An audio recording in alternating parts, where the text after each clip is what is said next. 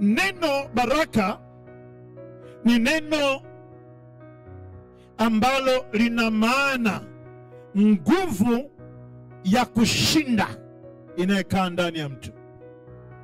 Halo? Bwana Yesu asifiwe. Neno baraka sio vitu. Vitu ni zaidi, yani baraka ni zaidi ya vitu. Baraka ni uwezo wa kiungu unaokaa ndani ya mtu wa kumwezesha kushinda, amen, au kufanikiwa. Jina la Bwana libarikiwe.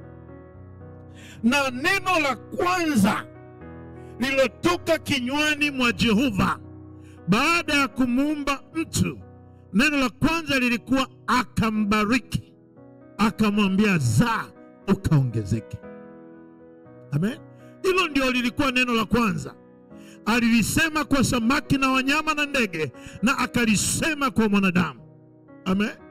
Kwa neno la kwanza halikuwa laana. Neno la kwanza halikuwa kushindwa. Neno la kwanza lilikuwa ni baraka. Amen.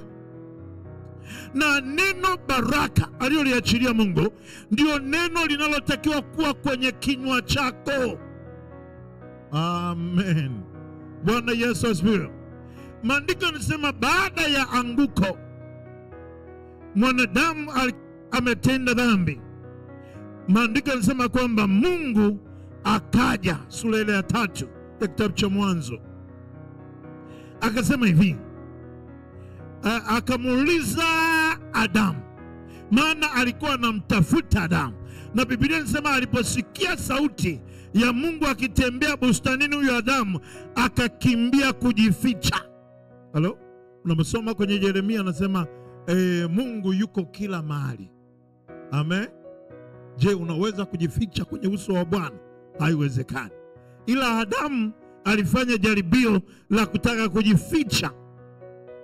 Ile sura ya 3 ukianza kusoma mstari wa 8, maandiko yanasema hivi, kisha wakasikia sauti ya Bwana Mungu akitembea bustanini wakati wa jua kupunga.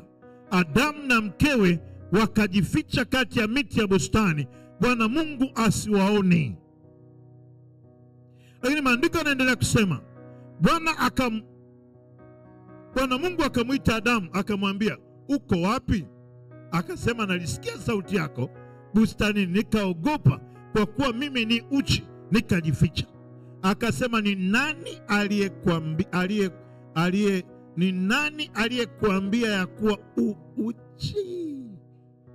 Muulize jirani yako, ni nani aliyekuambia wewe umelala? Ni nani huyo? Ni nani aliyekuambia? Kuna watu ambao wanaishi kwenye hii dunia kwa sababu ya pepo la uvivu na uzembe. Wanafikiri maisha ni bahati. Maisha ni zaidi ya bahati. Wewe haukuumbwa ili ube kwa ajili ya bahati. Uliumbwa kwa imani, uliumbwa ili ubarikiwe. Amen. Amen. Na ndio maana mtu ambaye anawaza kibahati. Halo? Akili zake zinawaza, siku nitakapocheza 3 mzuka nikapata hii. Upumbavu. We ni zaidi ya 3 mzuka. We ni zaidi ya games zote. Huo wote ni uhuni tu. Halo? Bwana Yesu asifiwe. Wewe ni nani aliyekuambia umelaaniwa? Na kuuliza swali, ni nani aliyekuambia? Mungu anamuuliza Adamu, ni nani aliyekuambia? Kwa maana hilo neno kuna mahali umelisikia, kuna mahali umelipokea. Neno la kwanza la Jehova juu ya mwanadamu lilikuwa ni baraka, halikuwa laana. Wewe ni nani aliyekuambia? Bwana Yesu asifiwe. Bwana Yesu asifiwe. Jambo la kwanza nataka ujue, hata Adamu alipoanguka, alipokuwa ametenda dhambi, aliposema ni huyu mwanamke, halo, na mwanamke naye akasema ni huyu nyoka, halo, Mungu akasema hivi, na nyoka na ulaaniwe. Kwa hiyo aliyelaaniwa ni nyoka, hakulaaniwa mtu. Na maandiko yanaendelea kusema ya kwamba na mwanamke akulaaniwa. Na Biblia inasema Bwana akailaani ardhi aliyotwaliwa mwanadamu. Kwa hiyo kwa nini hakumlaani mwanadamu? Kwa hiyo mwanadamu aliumbwa kwa sura na mfano wa Mungu. Angemlaani Adamu, angekuwa anailaani sura yake na mfano wake. Na ndio maana Bwana alilaani ardhi na sio mtu. Bwana Yesu asifiwe.